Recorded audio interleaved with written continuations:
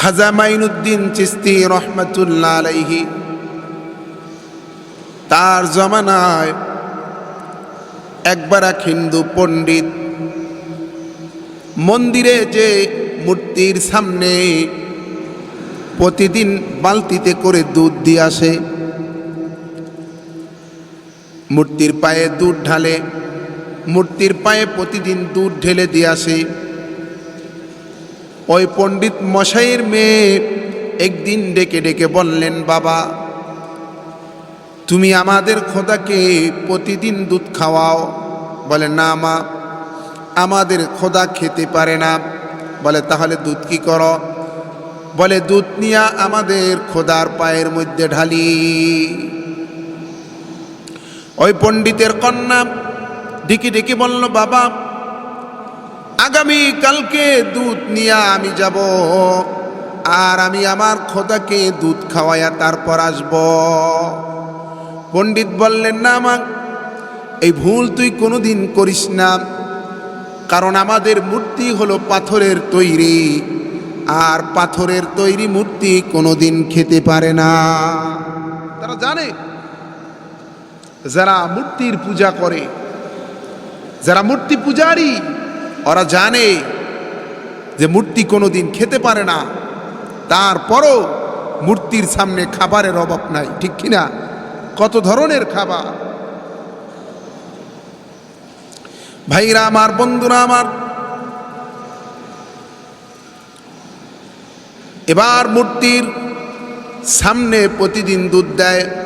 আজকে পণ্ডিতের কন্যা বায়না ধরলেন, না বাবা, আগামীকালকে তোমার জায়গায় আমি দুধ দিয়ে আসব, আমাদের খোদাকে আমি আগামীকালকে দুধ খাওয়াইয়াই ছাড়ব। পণ্ডিত মশাই বললেন, না মা। মেয়ে বললেন, না না, অবশ্যই আমি আগামীকালকে যাব, আর আমাদের খোদাকে আমি দুধ খাওয়াবো। এবার পণ্ডিত মশাই বাধ্য হয়ে মেয়েকে যাওয়ার জন্য অনুমতি দিলেন। তবে পণ্ডিত মশাই বলে দিলেন, মা, কন্যাকে বললেন, মা গো, তুই এমন টাইমে মন্দিরে যাবি যেই টাইমের ভিতর মন্দিরে কোনো মানুষ থাকে না, কারণ যখন লোকজন জড়ো থাকবে তখন গেলে তো একটা হট্টগোল লাগবে। খোদারে দুধ খাওয়াইতে গেলে খোদাই তো আর দুধ খাইতে পারে না। ভাইরা আমার, বন্ধুরা আমার, এবার পরের দিন যখন সময় হলো, মানুষজন যখন মন্দির থেকে চলে গেল, এবার পণ্ডিতের মেয়ে একা একা দুধের বালতি হাতে নিয়া একটা পেয়ালার ভিতর দুধ নিয়া মূর্তির কাছে গেছে। বড় মূর্তিটার সামনে যে বলতে আছে, হে আমাদের খোদা, এই নাও, আমি দুধ নিয়ে এসেছি তোমার জন্য, তুমি দুধ খাও। খোদার সামনে দুধ নিয়ে দাঁড়িয়ে আছেন, খোদাকে বারবার দুধ খাওয়ার জন্য বলতে আছেন, কিন্তু খোদা তো দুধ খায় না, কারণ পৃথিবীতে ইট পাথরের মূর্তি কোনোদিন খেতে পারে না। মেয়েটা তো বায়না ধরেছে খোদাকে দুধ খাওয়াই ছাড়বে। আমার বন্ধুগণ, এবার মেয়েটা বারবার মূর্তির সামনে যে দাঁড়িয়ে বলতে আছে, খোদা আমার দুধ যদি না খাও তাহলে আমি আমার এই জীবনকে রাখবো না, আমি আমার জীবনকে শেষ করে দেব। হয়তো তুমি দুধ খাবা, নয়তো আমি আমার জীবনকে শেষ করে দেব, তারপরও আমি তোমাকে দুধ খাওয়াই আজকে বাড়িতে যাব। মাথাটা মূর্তির পায়ের মধ্যে রেখে জোরে জোরে করে বাড়ি মারতেছেন। মাথার ভিতর থেকে ফিনকি দিয়া রক্ত বের হইয়া দূরে ছিটে পড়তেছে। ওই রাস্তা দিয়া খাজা মাইনুদ্দিন চিশতি রহমাতুল্লাহ আলাইহি যেতেছিলেন। মন্দিরের দরজা খোলা ছিল, তিনি দেখতেছিলেন একটা মেয়ে মন্দিরের ভিতর মূর্তির পায়ের মধ্যে মাথা টাকাতে টাকাতে মাথা দিয়া রক্ত বের করতেছে, মাথাকে ক্ষতবিক্ষত করে ফেলেছি। হযরতে খাজা মাইনুদ্দিন চিশতি রহমাতুল্লাহ আলাইহি এবার মন্দিরের ভিতর ঢুকে মেয়েটাকে ডেকে ডেকে বললেন, মা, আমার মা, কি হয়েছে তোমার? বেটি, কেন তুমি কান্দ? কেন তুমি তোমার মাথাকে নিজে জখম করতে আছো? কি হয়েছে? মেয়েটা বললেন, হে পথিক, আপনি কে? আমার দুরবস্থার কথা আপনি জানতেছেন না? কয়, না না, আমাকে তুমি বলো, কেন তুমি তোমার মাথাকে নিজে ইচ্ছা করে টাকাইয়া রক্ত বের করতেছ? কি হয়েছে বলো, বলো কি হয়েছে? মেয়েটা বলে, বাবাজি, তাহলে শুনুন, আমি কসম করেছি, আমি প্রতিজ্ঞা করেছি, আমি আমার খোদাকে দুধ খাওয়াবো, আর আমার খোদা যদি আমার দুধ না খায়, এই পেয়ালাতে দুধ আছে, এই দুধ যদি না খায়, আমি আমার নিজের জীবন নিজেই দিয়া দেব। এটা আমি প্রতিজ্ঞা করেছি, কসম করেছি। তো আমি দুধ না খাওয়া পর্যন্ত বাড়ি যাব না, হয়তো দুধ খেতে হবে, নয়তো আমার জীবন যাবে। ভাইরা আমার, বন্ধুরা আমার, এই প্রতিজ্ঞা করার পরে এবার মাইনুদ্দিন চিশতি রহমাতুল্লাহ আলাইহি ডেকে ডেকে বললেন, পাগলি মেয়ে আমার, তুমি কি জানো না, পাথরের মূর্তি কোনোদিন দুধ খেতে পারে না, কোনো খাবারই গ্রহণ করতে পারে না, কেন তুমি বায়না ধরেছ? বলে, না না, আমার দুধ খেতে হবে, নয়তো আমি এই জীবন রাখবো না। খাজা মাইনুদ্দিন চিশতি রহমাতুল্লাহ আলাইহি দেখলেন আল্লাহর এই বান্দিটা কসম করার কারণে নিজের জীবন নিজেই দিয়া দেবে। এবার তিনি মূর্তির কানের ভিতর হাত দিয়া বললেন, মূর্তির কানটা ধরে ডেকে ডেকে বলল, কিরে, তুই কেন দুধ খাস না? তুই কি দেখোস না তোর দুধ না খাওয়ার কারণে আল্লাহর একটা বান্দি মারা যাইতেছে? তুই কেন দুধ খাস না? দুধ খা, দুধ খা। মূর্তির কান ধরে যখন এই কথা বলল, এবার মূর্তি আল্লাহ তাআলার ইচ্ছায় মূর্তি হাত দিয়া দুধের পেয়ালা ধরে, পাথরের মূর্তি দুধ খাইতেছে। সুবহানাল্লাহ। ভাইরা আমার, বন্ধুরা আমার, পাথরের মূর্তি দুধ খেল। মেয়েটা মূর্তিকে দুধ খাওয়ায়া এবার দুধের বাটি হাতে নিয়ে বাড়িতে যাইতেছে। মাথার মধ্যে রক্ত, কাপড় চুপুর এলোমেলো, শরীরের অবস্থা বেশি ভালো না। লোকেরা দেখে আশ্চর্য হয়ে গেল। সবাই ডেকে ডেকে পণ্ডিতকে বলল, তোমার মেয়ে আমাদের মুখে চুনকালি মেখেছে, নিশ্চিত তোমার মেয়ে কোনো খারাপ কাজে জড়িত হয়েছিল, তোমার মেয়ের ইজ্জত কেউ নষ্ট করেছে, এজন্য তোমার মেয়ের এই অবস্থা। পণ্ডিত ডেকে বললেন, মাগো, কি হয়েছে খুলে বলো। মেয়েটা ডেকে বললেন, বাবা, তুমি আমাকে বিশ্বাস করো, আমার ইজ্জতের উপরে কেউ হাত দিতে পারে নাই, আমার সাথে কেউ দুর্ব্যবহারও করতে পারে নাই। আমি আমার খোদাকে দুধ খাওয়াইয়া তারপর এসেছি। বলে, আমি আমার খোদাকে দুধ খাওয়াইয়া তারপর এসেছি। সবাই আশ্চর্য, কি বলে? পাথরের মূর্তি আবার দুধ খায় কিভাবে? এটা হয় নাকি? এটা আজব কথা। তখন ওই মেয়ে ডেকে বললেন এলাকাবাসীকে, তাহলে সবাই আমার সাথে চলো, আমি আজকে এক্ষুনি তোমাদেরকে দেখাবো পাথরের মূর্তিও কিভাবে দুধ খেতে পারে। সবাই কৌতূহল নিয়ে আশ্চর্য হয়ে ওই মেয়েটার সাথে মন্দিরে চলে গেল। মন্দিরে যে এবার দুধের পেয়ালা নিয়ে মূর্তির সামনে ধরছে, ধরে বলতেছে, এই এই খোদা, দুধ খা। আরে পাথরের খোদা, এটা কি আর দুধ খেতে পারে? ভাইরা আমার, বন্ধুরা আমার, মেয়েটা বারবার বলতেছে, এ আমার খোদা, এই যে তোমার জন্য দুধ নিয়ে এসেছি, দুধ খাও। শতবার বলতেছে, কিন্তু দুধ খায় না। মানুষেরা একজন আর একজনের দিকে চাওচাই করতেছে। এবার মেয়েটা বিরক্ত হয়ে পাথরের মূর্তিকে ডেকে বলে, খোদা, তুই যদি দুধ না খাও তাহলে আমি আগামীকালকের ওই হুজুরকে ডেকে আনব। যেই বলছে যদি দুধ না খাও, কালকে যেই হুজুর তোমাকে কান ধরে দুধ খাওয়াইছিল ওই হুজুরকে আমি ডেকে আনবো নাকি? ভাইরা আমার, বন্ধুরা আমার, যখন এই কথা বলেছে, এই কথা বলতে দেরি পাথরের মূর্তি আবার দুধ খাওয়া শুরু করে দিয়েছে।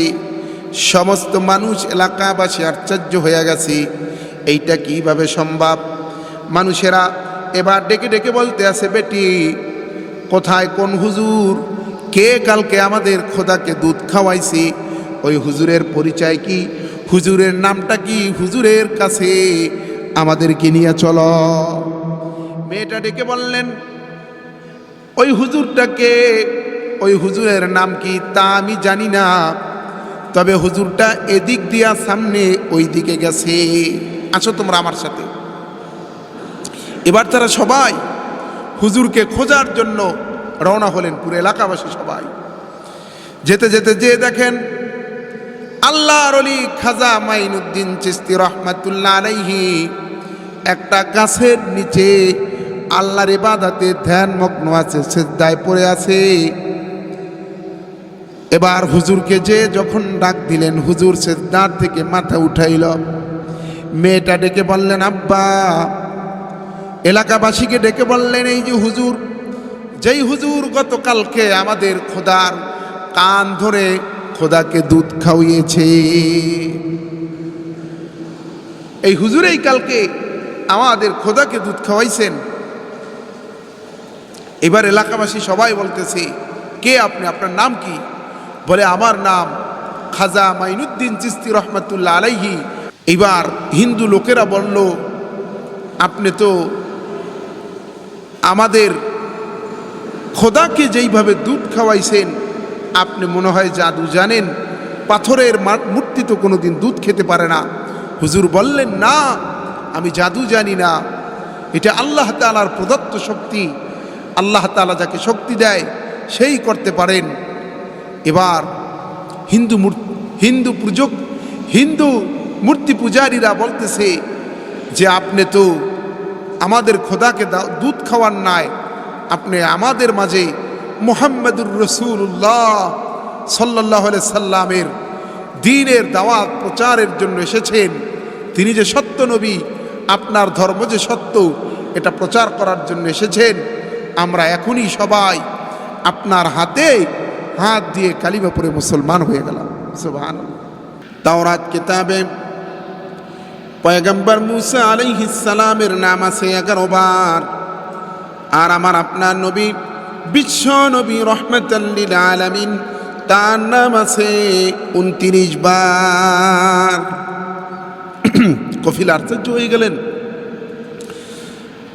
যে নবী এখনো আসে নাই, এখনো তার জন্মই হয় নাই, আর বহু পরে আসবেই, তার নাম আমাদের কিতাবে 29 বার। আর আমাদের নবী মুসা আলাইহিস সালামের নাম 11 বার। এটা হতে পারে না। তিনি কি করলেন?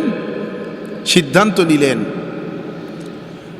মুসা আলাইহিস সালামের নাম রাখবে 11 বার, মুহাম্মদুর রাসূলুল্লাহ সাল্লাল্লাহু আলাইহি ওয়াসাল্লামের নাম রাখবে 10 বার। এই চিন্তা করে তিনি আমার আপনার নবী মুহাম্মদুর রাসূলুল্লাহ সাল্লাল্লাহু আলাইহি ওয়াসাল্লামের নামগুলো তাওরাত থেকে কেটে দিলেন। পয়গম্বর সাল্লাল্লাহু আলাইহি সাল্লামের নামগুলো তাওরাত থেকে কেটে দিয়া এক কফিল যখন রাতের বেলায় ঘুমালেন, সকাল বেলায় যখন ঘুম থেকে উঠলেন, দেখে যে কফিল নেই। আল্লাহর গজবে সে একটা গুলশাফে পরিণত হয়েছে। দেখে কফিলের দিল ও দিমাগ মানুষের মতনই আছে, চিন্তা ভাবনা চেতনা সব মানুষের, শুধু দেহের আকৃতিটা পরিবর্তন হয়ে সে একটা গুলসাপ হয়েছে। গুলসাপ বলেন আপনাদের দেশে, এই গুলসাপ হয়েছে কারণ মুহাম্মদুর রাসূলুল্লাহ যাকে সৃষ্টি না করলে আল্লাহ কিছুই সৃষ্টি করতেন না, তার নাম কেটে দেওয়া এটা আল্লাহ বরদাস্ত করতে পারেন নাই। আল্লাহর আরশ পর্যন্ত কেঁপে উঠেছে, আল্লাহ তাকে গুলসাপ বানিয়ে দিলেন। এবার কফিল দেখলেন সে আর মানুষ নেই, সে একটা গুলসাপে পরিণত হয়েছে। ভয়ে আতঙ্কে এলাকা ছেড়ে সে গুহার ভিতর আশ্রয় নিয়েছে। কারণ সে যদি জনবসতিতে থাকে, মানুষের সামনে থাকে, তাহলে মানুষ তাকে পিটিয়ে হত্যা করে ফেলবে। ভাইরা আমার, বন্ধুরা আমার, এবার কফিল পয়গম্বর মূসা আলাইহিস সালামের অপেক্ষায় রইলেন। আল্লাহর পয়গম্বর মূসা আলাইহিস সালামের কাছে কফিল গেলেন, যে খুব সাবধানে মূসা পয়গম্বরের বাড়িতে গেলেন। পয়গম্বর মূসা আলাইহিস সালামের বাড়িতে যখন গেলেন, আল্লাহর পয়গম্বর মূসা নবী যখন গুলসাপ দেখলেন, গুলসাপকে মারণের জন্য তিনি হাতের মধ্যে একটা লাঠি নিলেন। গুলসাপ ডেকে ডেকে বলল, পয়গম্বর আপনি আমাকে হত্যা করবেন না, কারণ আপনি যদিও আমাকে গুলসাপ দেখতেছেন, আমি কিন্তু গুলসাপ নয়, আমি আপনার কাতেবে ওহী, আমি ইহুদি আলেম কফিল, আমি কফিল। যে পয়গম্বর আপনি আমাকে হত্যা করবেন না, আমি কিন্তু কফিল। পয়গম্বর জিজ্ঞাসা করলেন, কারণটা কি কফিল? তোমার এই অবস্থা কিভাবে হয়েছে? কফিল ডেকে বললেন, পয়গম্বর আমি যখন তাওরাত কিতাব তেলাওয়াত করতেছিলাম, আমি দেখলাম তাওরাত কিতাবের ভিতর আপনি আমার নবী, বনি ইসরাইলের নবী, বনি ইসরাইলের নবী আপনি, আপনার নাম আছে তাওরাত কিতাবে 11 বার, আর শেষ জামানার পয়গম্বর মুহাম্মদুর রাসূলুল্লাহ সাল্লাল্লাহু আলাইহি সাল্লামের নাম আছে 19 বা 29 বার। এটা আমার কাছে খারাপ লাগলো যে আমাদের নবী তার নাম থাকবে 11 বার, আর যে নবী এখনো আসে নাই তার নাম থাকবে 29 বার। এটা হতে পারে না। এজন্য আমি তার নামগুলো কেটে দিলাম। বলে পয়গম্বর আমি যখন আখিরি জামানার পয়গম্বর মুহাম্মদুর রাসূলুল্লাহ সাল্লাল্লাহু আলাইহি সাল্লামের নামটা কেটে দিলাম, আমি রাতের বেলায় ঘুমালাম, সকাল বেলায় দেখি আমি আর মানুষ নাই, আমি একটা গুলসাপে পরিণত হয়েছি। পয়গম্বর আমার জন্য কিছু করুন। আল্লাহর পয়গম্বর মূসা নবী বললেন, কফিল রে তুই কি করেছিস? যেই নবীকে সৃষ্টি না করলে আল্লাহ তাআলা আমি মূসা নবীকেও সৃষ্টি করত না, আল্লাহ তাআলা তুই কফিলকেও সৃষ্টি করত না, তাম পৃথিবীর কোনো কিছুই সৃষ্টি করতেন না। সেই নবীজির নাম কেটে তুই বেয়াদবি করেছিস রে কফিল। এই ব্যাপারে আমি আল্লাহ তাআলার কাছে কোনো ফরিয়াদ করতে পারবো না। এ ব্যাপারে যদি আমি আল্লাহ তাআলার দরবারে কোনো কথা বলি, হয়তো আল্লাহ তাআলা নবুয়াতের দপ্তর থেকে আমার নামও কেটে দিতে পারেন। তুমি এমন একটা অপরাধ করেছো কফিল, যার জন্য আমি আল্লাহ তাআলার কাছে সুপারিশও করতে পারবো না। বলে পয়গম্বর তাহলে কি হবে? এবার পয়গম্বর মূসা আলাইহিস সালাম আল্লাহ তাআলার সাথে কথা বলার জন্য তুর পাহাড়ে গেলেন। কথা বললেন, কফিলের কথা বললেন। বললেন, আল্লাহ আমি কফিলের জন্য কোনো ফরিয়াদ করতে তোমার কাছে আসি নাই রব্বুল আলামিন, তবে তুমি কফিলকে হায়াত বৃদ্ধি করে দাও, যাতে করে তোমার পয়গম্বর মুহাম্মদুর রাসূলুল্লাহ সাল্লাল্লাহু আলাইহি ওয়াসাল্লামের কাছে কফিল ক্ষমা চাইতে পারেন। আল্লাহ তাআলা বললেন, যাও মূসা, আমি তোমার উম্মত কফিলকে আমার পয়গম্বর আমার বন্ধু আমার হাবিব মুহাম্মদুর রাসূলুল্লাহ সাল্লাল্লাহু আলাইহি সাল্লাম পর্যন্ত হায়াত বৃদ্ধি করে দিলাম। কফিলের হায়াত বৃদ্ধি করে দেওয়া হলো। কফিল এবার পয়গম্বর মুসা নবী কফিলকে ডেকে বললেন, কফিল রে, তুমি যেহেতু একটা গুলশাপে পরিণত হয়েছ, তুমি আর জনবসতিতেও থেকো না, লোকালয় থেকো না, তুমি পাহাড়ে চলে যাও, এমন জায়গায় আশ্রয় নাও মানুষ যেন তোমাকে না দেখে। তবে কফিল শোনো, দিনের বেলায় কখনো তুমি বের হবে না, তাহলে মানুষ তোমাকে পিটিয়ে হত্যা করে ফেলবে। ভাইরা আমার, বন্ধুরা আমার, এবার কফিল মিশরের বিভিন্ন জঙ্গলার ভিতর, পাহাড়ের গুহায়, গর্তের ভিতর লুকিয়ে লুকিয়ে থাকে আর রাতের বেলায় বের হয়। এভাবে করে করে বছরের পর বছর চলে যায়। একদিন কফিল জানতে পারে বিশ্বনবী মুহাম্মদুর রাসূলুল্লাহ সাল্লাল্লাহু আলাইহি সাল্লাম মদিনায় এসেছেন, মক্কায় এসেছেন। মক্কায় নবীজির আবির্ভাবের কথা শুনে কফিল আল্লাহর রসুলকে দেখার জন্য, আল্লাহর রসুলের কাছে ক্ষমা পাওয়ার জন্য তিনি রওনা করলেন। কিতাবে এসেছে, হাদিসের কিতাবে 1 নয় 2 নয়, কফিল 40 বছর পর্যন্ত চলতে চলতে 40 বছর সময় অতিবাহিত হয়ে গেল। তিনি রাতের বেলায় বের হইতেন আর দিনের বেলায় পাহাড়ের কোনো গুহায় লুকিয়ে থাকতেন, জঙ্গলার ভিতর লুকিয়ে থাকলেন, আর দিনের বেলায় তিনি সফর করতেন।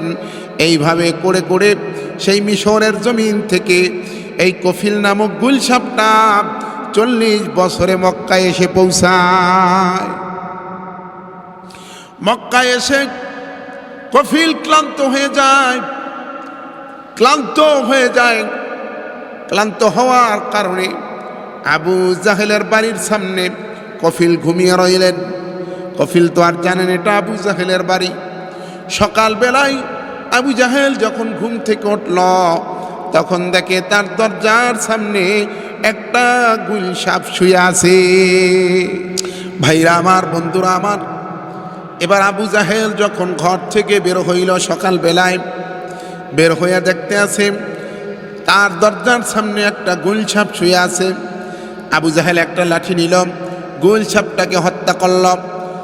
আবু জাহেল তো জানে না এটা কফিল, আর কফিলও ঘুমন্ত অবস্থায় ছিল, যেহেতু দীর্ঘ পথ সফর করেছে। ঘুমের ভিতর আবু জাহেল তাকে পিটিয়ে হত্যা করে ফেলল। আবু জাহেল গুলশাপটাকে হত্যা করে এবার আগুন দিয়া পুইরা ছাই বানাইয়া একটা ব্যাগের ভিতর নিয়া নবীজির দরবারে রওনা করলেন। আবু জাহেল বলতেছিল, এই গুলশাপকে পুড়ে ছাই বানাইয়া আমি আমার ভাতিজা মুহাম্মাদের কাছে নিয়ে যাব এবং আমার ভাতিজাকে আমি প্রশ্ন করব, পরীক্ষা করব, আমার ভাতিজা আসলেই সঠিক নবী কিনা আমি আজকে তার মাধ্যমে পরীক্ষা করে দেখব। ভাইরা আমার, বন্ধুরা আমার, এবার কফিলকে পিটিয়ে হত্যা করে আগুনে পুড়ে ছাই বানাইয়া আবু জাহেল একটা ব্যাগের ভিতর ভরে পয়গম্বর সাল্লাল্লাহু আলাইহি সাল্লামের কাছে নিয়ে গেলেন। নিয়া বলতে আছেন, মুহাম্মদ ভাতিজা আমার, এই ব্যাগের ভিতর কি আছে তুমি যদি বলতে পারো তাহলে আমি এখনই কালিমা পড়ে মুসলমান হয়ে যাব, আর তোমার পিছে কোনো শত্রুতা আমি করব না। ওয়াদা দিলাম রে ভাতিজা, জীবনে আর কোনোদিন তুমি যতদিন বেঁচে থাকো ততদিন আমি আবু জাহেল তোমার পিছে আর লাগবো না। নবীজি আমার বললেন, চাচা আমার, এই ব্যাগের ভিতর কি আছে আমি না বলে ব্যাগের ভিতর যা আছে সে যদি বলে তাহলে কেমন হয়? আবু জাহেল বলে, তাহলে সেটা তো আরো ভালো হয়, সেটা তো আরো অলৌকিক। ঠিক আছে, তুমি দেখাও। ভাইরা আমার, বন্ধুরা আমার, পয়গম্বর সাল্লাল্লাহু আলাইহি ওয়াসাল্লাম এবার ডাক দিয়া বললেন, ব্যাগের ভিতর কি আছো? আল্লাহর হুকুমে তুমি জীবিত হও এবং কথা বলো। পয়গম্বর আল্লাহর কাছে দোয়া করলেন, আল্লাহ, এই ব্যাগের ভিতর যা আছে ব্যাগের ভিতরে যেই বস্তু আছে সেই বস্তু যেন কথা বলে। আল্লাহর কাছে দোয়া করা হয়ে গেল। এবার ব্যাগের ভিতর যা ছিল ওই গুলশাব আল্লাহর কুদরতে জীবিত হইয়া গেল। জীবিত হইয়া সাথে সাথে পড়ে নেয় আশহাদু আল্লা ইলাহা ইল্লাল্লাহু ওয়া আশহাদু আন্না মুহাম্মাদান আবদুহু ওয়া রাসূলুহু। কালিমা পড়ে এবার গুলশাব ডেকে ডেকে বলতে আছে, পয়গম্বর আমি এই ব্যাগের ভিতর গুলশাব আমাকে আবু জাহেল পিটাইয়া হত্যা কইরা আগুন দিয়া পুইরা আপনার কাছে নিয়ে এসেছে। এই কথা বলার পরে আবু জাহেল ডেকে ডেকে বলে, ভাতিজা মনে করেছিলাম তোমাকে অনেক ভালো, কিন্তু এখন তো দেখি তুমি অনেক বড় জাদুকর। এই কথা বলার পরে গুলশাব যখন ব্যাগের ভিতর নাড়াচাড়া দিয়ে উঠলাম, আবু জাহেল ভয়ে আতঙ্কে গুলশাবকে রেখে ব্যাগটা ফালাইয়া দৌড়াইয়া পালাইতে বাধ্য হল। ইমান নসিব নেই। এজন্য ভাইরা আমার, বাবাজিরা আমার, আল্লাহ রসুলের সাথে যারা বেয়াদবি করে, পয়গম্বর সাল্লাল্লাহু আলাইহি সাল্লামের সাথে যারা বেয়াদবি করবে, পৃথিবীতে আল্লাহ রাব্বুল আলামিন তাদেরকে ছাড়বেন না। কিয়ামতের ময়দানে তাদের জন্য কঠিন শাস্তি, এবং দুনিয়াতেও আল্লাহ তাআলা তাদেরকে লাঞ্ছনা এবং অপদস্থ করে দুনিয়া থেকে বিদায় করবেন। ইবনে আব্বাস রাদিয়াল্লাহু তাআলা আনহু থেকে বর্ণিত, হযরত আব্বাস রাদিয়াল্লাহু তাআলা আনহু বলেন যে তাওরাত কিতাবের বড় একজন আলেম ছিল। সিরিয়ায় তাওরাত কিতাবের বড় একজন আলেম ছিল, পণ্ডিত ছিল। তিনি প্রতি শনিবার তাওরাত কিতাব তেলাওয়াত করে করে মানুষের মধ্যে শুনাইতেন, মানুষকে তাওরাত কিতাব দিয়ে নসিহত করতেন। তিনি দেখলেন কোরআন এই তাওরাত কিতাবের ভিতর আপনার আমার নবী, আখিরি নবী মুহাম্মদুর রাসূলুল্লাহর নাম দুই জায়গায় তার প্রশংসা করা হয়েছে। তার শরীরের, তার দৈহিক আকৃতি এবং তার শরীরের বর্ণনা দেওয়া হয়েছে, তিনি কেমন ছিলেন এটা দেওয়া হয়েছে। এবারে ইহুদি আলেম ঈর্ষান্বিত হলেন, হিংসায় ফেটে পড়লেন, যেটা কেমন কথা, আমাদের তাওরাত কিতাবে মুসলমানদের নবীর নাম থাকবে, অন্য একজন নবীর নাম থাকবে, এটা হতে পারে না। তিনি দুই জায়গায় নবীজির নাম পাইলেন, নাম দুইটা কেটে দিলেন। শুধু কাটলেন এই নাম দুইটা কেটে আগুন দিয়া পুড়িয়া দিলেন। ভাইরা আমার, বন্ধুরা আমার, পরের শনিবার যখন আবার এই ইহুদি আলেম মানুষদের মধ্যে তাওরাত কিতাব পড়ে পড়ে নসিহত করার জন্য বসলেন, কি আশ্চর্য ব্যাপার, ওই দিন দুই জায়গায় নবীজির নাম কেটেছিলেন, আজকে দেখে তাওরাতের 4 জায়গায় আমার আপনার নাম এবং তার প্রশংসা বাণী। আল্লাহু আকবার। ভাইরা আমার, বন্ধুরা আমার, ইহুদি আলেম আশ্চর্য হলেন, আজকে এই 4 জায়গায় কেটে দিলেন। 4 জায়গার নবীজির নাম কেটে ওইগুলো আগুনের মধ্যে পুইরা ছাই করে দিলেন। পরের শনিবার যখন তিনি আবার তাওরাত কিতাব দিয়া মানুষের মধ্যে নসিহত করার জন্য আসলেন, এবার তিনি দেখলেন আজকে 8 জায়গায় নবী মুহাম্মদুর রাসূলুল্লাহর প্রশংসা লেখা। কি করবেন? দিলেন কাইটা। পরের শনিবার আইসা দেখে নবীজির নাম 12 জায়গায়। সুবহানাল্লাহ। যত কাটে তত কি বাড়ে। নাম, রাসূলের নাম কেটে দিলেই নাম আরো বেড়ে যায় দ্বিগুণ। ইহুদি আলেম চিন্তা করলেন, এইভাবে যদি আমি কাটতে থাকি, কাটতে কাটতে একদিন পুরা তাওরাত কিতাব শেষ হয়ে যাবে। কাটতে কাটতে আমি একদিন তাওরাত কিতাবেই কেটে ফেলব, আর পুরা তাওরাত কিতাবেই আখিরি জামানার পয়গম্বর মুহাম্মদুর রাসূলুল্লাহর নাম দিয়া ভরে যাবে, আর কাটা যাবে না। এভাবে কাটতেই থাকবো, তাহলে তো একদিন আমাদের তাওরাত কিতাব পুরোটাই ভরে যাবে মুহাম্মাদের নাম দিয়া। তিনি এবার তার সাথীদের কাছে জিজ্ঞাসা করলেন, সাথী ভাইদের কাছে জিজ্ঞাসা করলেন, ভাইরা আমার, এ মুহাম্মদ ব্যক্তিটাকে তোমরা কি তাকে চেনোনি? তার সাথীরা বলল, খবরদার, এই লোকটা একটা মিথ্যাবাদী, মিথ্যুক লোক। তার কাছে তোমার না যাওয়াটা, তার সামনে তোমার না পড়াটাই তোমার জন্য উত্তম। তিনি বললেন, না না সাথী ভাইরা আমার, বন্ধুরা আমার, তোমরা আমাকে বারণ করো না, আমাকে ওই মুহাম্মাদের কাছে যেতে দাও। বলে সে কোথায়? বলে মক্কায়। নবীজির সাথে দেখা করার জন্য এই ইহুদি আলেম, ইহুদি পণ্ডিত এবার রওনা করলেন, ঘোড়া নিয়ে সফর করা শুরু করলেন। চলতে চলতে তিনি যখন মক্কা নগরীতে এসে পৌঁছলেন, সর্বপ্রথম মক্কায় তার সাথে দেখা হলো হযরতে সালমান ফারসি রাদিয়াল্লাহু তাআলা আনহুর সাথে। সালমান ফারসির সাথে দেখা হওয়ার পরে, সালমান ফারসি দেখতে অত্যন্ত সুন্দর ছিলেন, চেহারা অনেক সুন্দর ছিল, আকৃতি ভালো ছিল। ইহুদি আলেম চিন্তা করেছেন, এটাই মনে হয় মুহাম্মাদুর রাসূলুল্লাহ। জিজ্ঞাসা করলেন, ভাই তুমি কি মুহাম্মাদুর রাসূলুল্লাহ? বলে, না না, আমি মুহাম্মাদুর রাসূলুল্লাহ না, আমি তার গোলাম, আমার নাম হলো সালমান ফারসি। বলে, তাহলে তাকে কোথায় পাবো? এর 3 দিন আগেই, এই ইহুদি আসার 3 দিন আগেই নবীজি দুনিয়া থেকে বিদায় নিয়েছেন। এখন সালমান ফারসি চিন্তা করল, আমি যদি নবীজির মৃত্যুর খবর তাকে বলি, সে হয়তো আর মক্কায় ঢুকবে না, বিরহ ব্যথা নিয়ে সে আবার ফিরে যাবে। কি করা যায়? আর যদি বলি নবীজি জীবিত আছে, চলো, তাহলে সেটাও মিথ্যা কথা হয়। এজন্য সালমান ফারসি বললেন, ভাই চলো আমার সাথে, নবীর সাথীরা যেখানে আছে আমরাও সেখানে যাব, তুমি আমাদের সাথে চলো।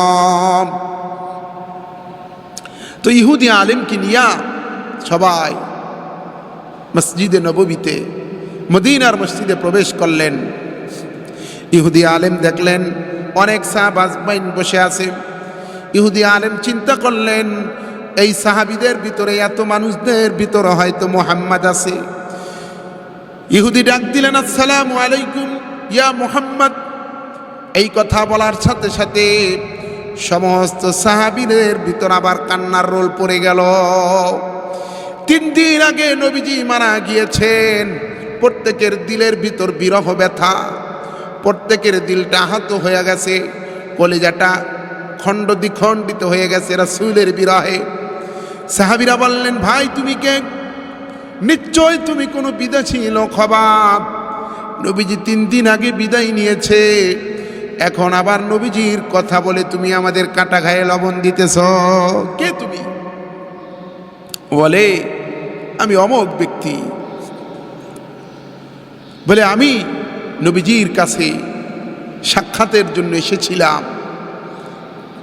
তিনি ঘটনা খুলে